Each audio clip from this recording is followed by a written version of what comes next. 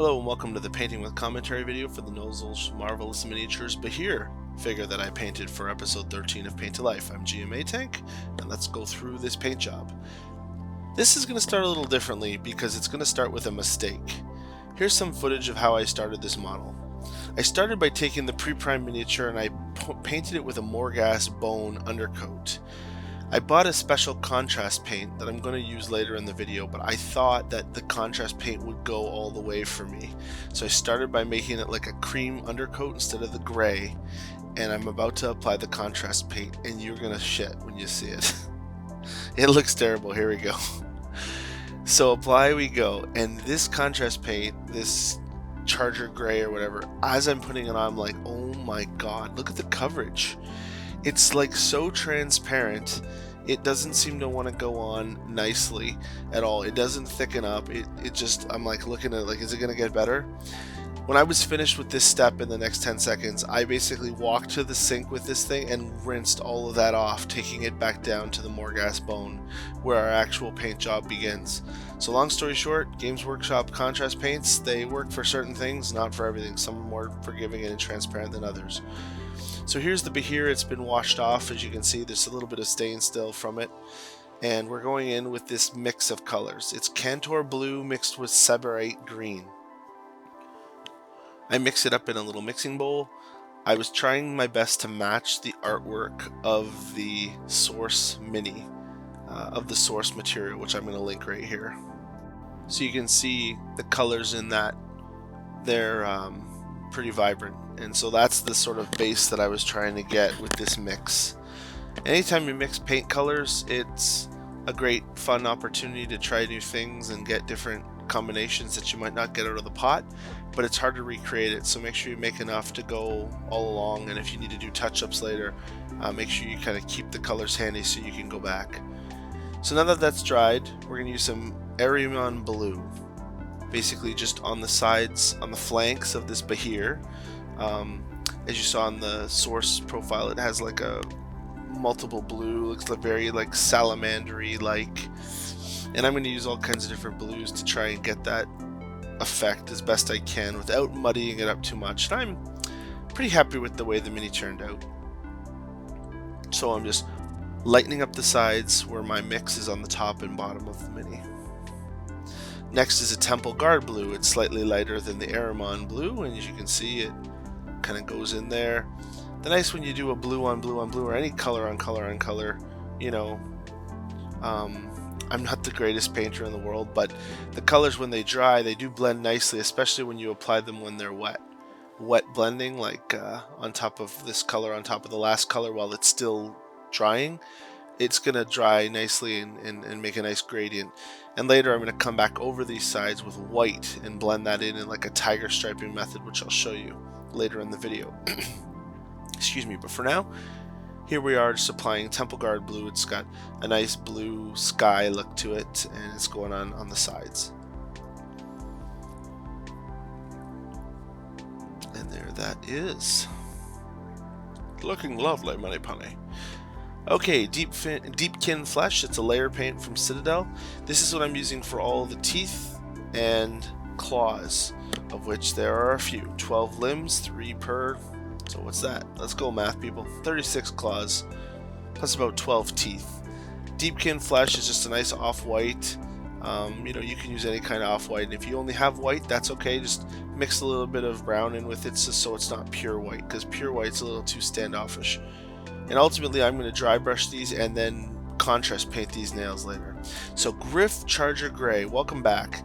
This is the contrast paint that looked like shit at the beginning of this video. It was all murky, and it's transparent. That's the problem.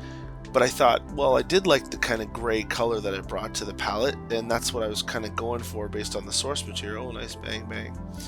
So I'm applying it now that I have a finished blue gradient, so that it fills in all the, you know, this model isn't tons of scales or details, but it did fill them in and give like a nice gray blue darkness to it. Alright, we're back to LAHMIAN blue. So I just re-recording this to zoom in a bit for us. So we're putting the LAHMIAN blue in the skin folds of the mouth, and now see the ceramite weight at the front, just a line, and while it's wet, I'm going to pull that white towards the corners of the mouth to blend it in. ZANDRI dust is the color I use on top of the horns. And SOTEK green, again, I'm putting some more side blues, so I've painted on top of my painted on top of my paint. And white dots, drag them up. So this technique, I just put some white paint and just with like a left, right, like tiger striping, I turn the white dot into like a blended white line. I didn't paint it so much that it disappeared. I didn't want it to, I didn't want to make the paint white. I just wanted to, well, how do I explain this? Let's see if I can get a picture of it right here. So I took those white dots and I moved the brush up and down to make that kind of white splash look on top of all the other blues I've done on the side, but this really looked the best. It looked like tiger striping. So you can see from this, here's a dot and I go up and down, and there's a dot up and down. It's like making your own color on top of all the other colors that are there, but right on the edge of his tail, and it worked out really well. I liked it. Deepkin flesh again for the teeth. These are really tiny teeth, just meant for grabbing. SYLVANETH bark dry. So those teeth being tiny, you don't have to put too much paint on them, just touch them all gently. And again, I'm turning the Deepkin flesh with a bit of a dry brush application, just to put some color to them, to make them look a little bit more used than just white. And then I'm going to put my contrast paint on them again. See? So here's your dry brush, and I'm just putting the GRYPH-CHARGER gray just to make the nails all turn slightly blue gray, and with the brown underneath, it gives them a cool organic looking color. So now we're onto the base. I'm using a pressed wood base by 6 Squared Studios. They're local in the Niagara region in Ontario, Canada. It's much cheaper, as you can see, $4.99 than a CITADEL base of plastic, and it's nice and big too. I also got some Owen Corning's foam. This is the extruded styrofoam. The hard press, I cut it into strips. It was $10 at Home Depot in Canada. It's the 1/2 inch thickness. I glued a pile of them together like this, as you can see in my setup here. I was getting the height. I wanted to use elevation in this model, and now I use this STYRO cutter, which has batteries, and it just, you turn it on, and that wire, it heats up, and you can use it to cut this stuff like butter. Look at that, it goes through it like gravy. Those foam pieces are all super glued together.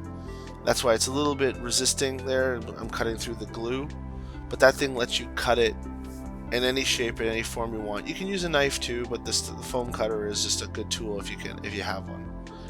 See? So I shape it out, and now we're moving on. So I put some milliput on that base to give a little bit of texture, and some baby rocks, so it wouldn't just be flat, right?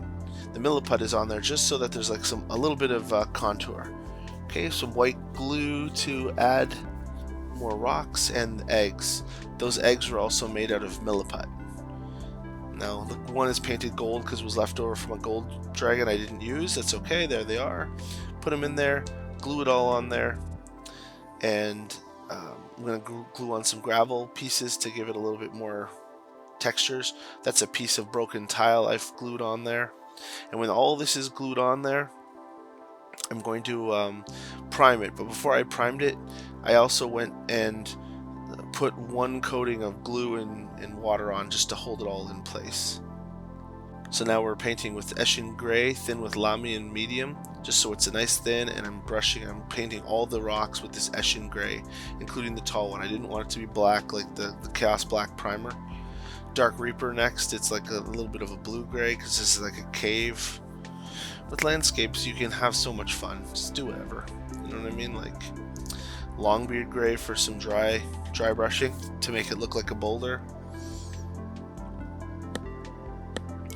And now I use the Tamiya paint Smoke, which I didn't credit in the video, but because it has a very gloss, it's like Nuln Oil gloss.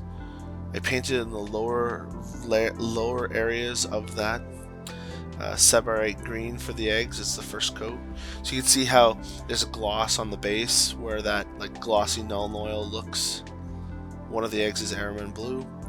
So the higher area of the rocks is kind of lighter than the dark area. Now I'm putting on these little tufts, so a little dab of glue everywhere I want a tuft.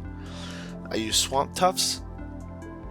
and I used the other one, Deadland tufts. So they're some are green, some are gray. Put some tufts on there for some vegetation, and I also had some woodland moss, reindeer moss, which is good because it could more like cave-like, and all that just glued on there. So that's the base in a nutshell, and here's the finished product.